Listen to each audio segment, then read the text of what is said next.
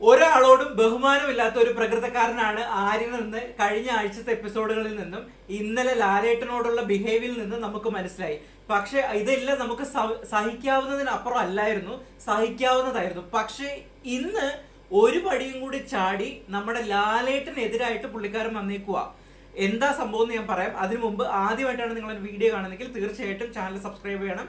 അതോടൊപ്പം തന്നെ വീഡിയോ ഇഷ്ടപ്പെട്ടു കഴിഞ്ഞാൽ ലൈക്ക് ചെയ്യുകയും വേണം. ഇന്നലെ പുള്ളിക്കാരൻ ഡയറക്റ്റ് നോമിനേഷനിൽ ലാലേട്ടൻ ഇട്ടായിരുന്നല്ലോ, ചെരുപ്പ് ഉരിയെറിഞ്ഞതും നമ്മുടെ അബിക്കെതിരെ, അതോടൊപ്പം തന്നെ ശൈത്യക്കെതിരായിട്ടുള്ള ശൈത്യയുടെ ടാസ്കിൽ ചിരിക്കുകയൊക്കെ ചെയ്ത ആ വിഷയത്തിനെതിരെ ഇന്നലെ എടുത്ത് ചോദ്യം ചെയ്യും. പിന്നെ മെനഞ്ഞാന്ന് മൊത്തം പുള്ളിക്കാരൻ എഗെയിൻസ്റ്റ് ആയിരുന്നല്ലോ, താടി മുറിച്ചതും എല്ലാം. ഇതിൽ പുള്ളിക്കാരൻ ഭയങ്കര ഫ്രസ്ട്രേറ്റഡ് ആണ്. ആർക്കെതിരെ? ലാലേട്ടനെതിരെ ഭയങ്കര ഫ്രസ്ട്രേറ്റഡ് ആയിരുന്നു. സംഭവം ഇന്ന് അപ്പാനി ശരത്തുമായിട്ട് ഒരു കോൺവെർസേഷൻ ഉണ്ടായി. അപ്പാനി ശരത്തിനെ പിടിച്ചിരുത്തിയിട്ട് പുള്ളിക്കാരൻ പറയുവാണ്, എന്നെ മാത്രം എന്തിന് ലാലേട്ടൻ നോമിനേഷനിൽ ഇട്ടു? ഇത് പാർഷ്വാലിറ്റി അല്ലേ? അക്ബർ എടുത്ത് തലങ്ങണി എറിഞ്ഞു, എന്നിട്ട് അവർക്കൊന്നും എതിരേക്കൊന്നും ബാക്കിയുള്ളവർക്കെതിരെ ഒന്നും ഒരു തരത്തിലുള്ള നടപടിയില്ല. എന്നെ മാത്രം എങ്ങനെ നോമിനേഷനിലേക്ക് എടുത്തിടാൻ പറ്റും ലാലേട്ടനെ? അതുകൂടാതെ പറയുക, ഇനി അഥവാ ലാലേട്ടൻ കേട്ടാലും എനിക്ക് വലിയ പ്രശ്നമൊന്നുമില്ല, കൂടിപ്പോയ എന്നെ എന്ത് ചെയ്യും? എടുത്ത് എന്നെ പിടിച്ച് പുറത്താക്കളയും, അതല്ലാതെ എന്നെ ഒന്നും ചെയ്യാൻ പോകുന്നില്ല. ഇത്രയും ഇത് പറയുന്ന രീതിയൊക്കെ വളരെ ധാർഷ്ട്യത്തോടുകൂടിയും വളരെ അഹങ്കാരത്തോടു കൂടിയാണ് പറയുന്നത്. കൂടിപ്പോയ എന്നെ എടുത്ത് പുറത്ത് കളയും, അതിൽ കൂടുതൽ എന്നെ ഒന്നും ചെയ്യാനൊന്നും ഇല്ലെന്ന്. അത് കഴിഞ്ഞതിന് ശേഷവും പിന്നെ അപ്പൊ തന്നെ നമ്മുടെ അപ്പാനി ശരത്ത് ഇടപെട്ടു. ശരത്ത് പറഞ്ഞു, ഒരിക്കലും അങ്ങനെ പറയരുത്, ലാലേട്ടൻ ഫാൻസും അവരൊക്കെ കണ്ടു കഴിഞ്ഞാൽ വളരെ പ്രശ്നമാവും, സോ ഒരിക്കലും ഇങ്ങനെയൊന്നും പറയാൻ പാടില്ല ലാലേട്ടനെതിരെ. ഉടനെ അപ്പൊ തന്നെ പ്ലേറ്റ് മാറ്റി. സംഭവം പുള്ളിക്കാരൻ മനസ്സിലായി. ഉടനെ തന്നെ ഞാൻ അങ്ങനെയല്ല പറഞ്ഞത്, ലാലേട്ടനെ അങ്ങനെ അല്ല ഞാൻ പറഞ്ഞത്. ക്രിസ്പൻ ക്ലിയർ ആയിട്ട് പുള്ളിക്കാരൻ എല്ലാം പറഞ്ഞത്, ലാലേട്ടൻ എഗെയിൻസ്റ്റ് ആയിട്ട് തന്നെ എല്ലാ കാര്യവും പറഞ്ഞത്. എന്നിട്ട് അവസാനം പ്ലേറ്റ് മാറ്റിയിട്ടുണ്ട്. കാരണം അപ്പാനി ശരത്ത് പറഞ്ഞത് ക്ലിക്കായി, മനസ്സിലായി. കാരണം ഇത് പുറത്തു പോയി കഴിഞ്ഞാൽ ഭയങ്കര ഡേഞ്ചറസ് ആണെന്നുള്ളത് പുള്ളിക്കാരന് മനസ്സിലായതുകൊണ്ടാണ് പെട്ടെന്ന് മാറ്റിയത്. മിക്കവാറും ഇത് എപ്പിസോഡിനകത്ത് വരാൻ ചാൻസ് ഇല്ല കേട്ടോ. ഇത് മിക്കവാറും കട്ട് ചെയ്ത് കളയാനാണ് ചാൻസ് ഉള്ളത്. എന്തായാലും വളരെ മോശമായി പോയി. ഇന്നലെ നോമിനേഷനിൽ എടുത്തിട്ടതിന് പുള്ളിക്കാരൻ ചെയ്ത മിസ്റ്റേക്സിനല്ലേ ശിക്ഷ കൊടുത്തത്.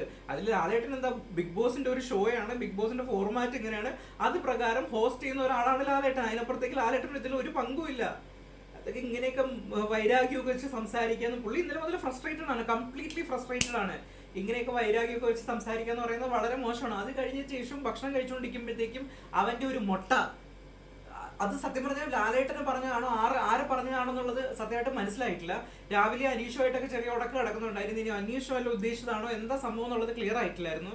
അങ്ങനെയൊക്കെ ലാലേട്ടനെയൊക്കെ ആണെങ്കിലുണ്ടല്ലോ, അതിന്റെ കാര്യം കട്ട പോകാന്ന് എനിക്ക് പറയാനുള്ളൂ. വേറെ ഒന്നും എനിക്ക് പറയാനില്ല. ലാലേട്ടൻ ഫാൻസൊക്കെ അറിഞ്ഞു കഴിഞ്ഞാൽ പുള്ളിക്കാരനെ എയറിൽ വിടും. ദൈവം രക്ഷിക്കട്ടെ, ആരിനെന്ന് മാത്രമേ ഇത് പറയാനുള്ളൂ. അതുകൂടാതെ ഇന്ന് ലൈവ് അപ്ഡേറ്റ്സുമായിട്ട് ഒന്നും വരണമെന്ന് വിചാരിച്ചാണ്. കാരണം ഇന്ന് പ്രത്യേകിച്ച് ഭയങ്കര വലിയ കണ്ടന്റുകളൊന്നും ഇല്ലായിരുന്നു കേട്ടോ. ശരത്ത് ക്യാപ്റ്റനായി, ശരത്തിനെയാണ് ക്യാപ്റ്റനായി തെരഞ്ഞെടുത്തത്. പിന്നെ സ്വേച്ഛാധിപതി എന്ന് പറയുന്ന ഒരു സ്ഥാനം നമ്മുടെ ബിഗ് ബോസ് രണ്ടുപേർക്ക് വേണ്ടി കൊടുക്കുന്നുണ്ട്. അവരായിരിക്കും ഈ ആഴ്ചത്തെ മൊത്തം കണ്ടസ്റ്റൻസിനെയും അവിടെ ഉള്ളവരെ ഭരിക്കുന്നതും ബിഗ് ബോസ് വീട് ഭരിക്കുന്നതും. അപ്പൊ ശരത്തിന് ക്യാപ്റ്റന് വലിയ റോളൊന്നും ഉണ്ടെന്ന് എനിക്ക് തോന്നുന്നില്ല. എല്ലാ പ്രിവിലേജസും കിട്ടുന്ന സ്വേച്ഛാധിപതിയായിട്ട് ആർക്ക് വാഴാം എന്നുള്ളതിന്റെ ഒരു ടാസ്ക് നടന്നുകൊണ്ടിരിക്കുകയാണ്. അതില് 6 ഫസ്റ്റ് ടാസ്കിൽ, അതായത് എല്ലാവരെയും പങ്കെടുപ്പിച്ചുകൊണ്ട് ഓരോരുത്തരുടെ ഓരോ ചോദ്യങ്ങൾ ചോദിക്കും. അതിൽ ഏറ്റവും കൂടുതൽ മികച്ച ഉത്തരം പറയുന്നവർക്ക് വേണ്ടിയിട്ട് വോട്ട് ചെയ്യണം. അങ്ങനെ 6 പേരെ സെലക്ട് ചെയ്തു. അനു, അഭി, ജിസേൽ, ഒണിയൽ, നിവിൻ, പിന്നെ ശൈത്യ, ഇവരൊക്കെയാണ് സെലക്ട് ചെയ്തത്. ഇവരിൽ നിന്നായിരിക്കും അവസാന ഒടുവിൽ രണ്ടുപേരായിട്ട് വരുന്നത്. അറിയാൻ സാധിച്ചത് എനിക്ക് തോന്നുന്നു ഗിസയിലും നമ്മുടെ നിവിനും ആയിരിക്കും വരുന്നത്. എന്താവും എന്തോ, നല്ല പവർഫുൾ ആയിട്ടുള്ള കണ്ടസ്റ്റൻസ് വന്നില്ലെങ്കിൽ ഈ ടാസ്ക് മിക്കവാറും കൊള്ളാവാനാണ് ചാൻസ്. എന്തായാലും നമുക്ക് കാത്തിരുന്ന് കാണാം, സക്സസ് ആവട്ടെ എന്ന് കാത്തിരുന്ന് കാണാം. എന്തായാലും വീണ്ടും ഒരിക്കൽ കൂടി പറയുന്നു, ആരെയും ചെയ്തത് വളരെയധികം മോശമാണെന്ന് പറയാണ്ടിരിക്കാൻ നിവൃത്തിയില്ല. ഓരോ മലയാളി പ്രേക്ഷകർക്കും സഹിക്കാവുന്നതിനപ്പുറമാണ്, ഡിസ്റെസ്പെക്ട് ആണ് നമ്മുടെ ആരിന്റെ ഭാഗത്തുനിന്ന് ഉണ്ടായത്. ബാക്കി നമുക്ക് എപ്പിസോഡിന് ശേഷം, എപ്പിസോഡ് കഴിഞ്ഞതിന് ശേഷം വരാം. ടിൽ ദെൻ ചാനൽ സബ്സ്ക്രൈബ് ചെയ്യാൻ മറക്കണ്ട. അതോടൊപ്പം തന്നെ വീഡിയോ ഇഷ്ടപ്പെട്ടു കഴിഞ്ഞാൽ ലൈക്ക് ചെയ്യാനും മറക്കണ്ട. Okay, by.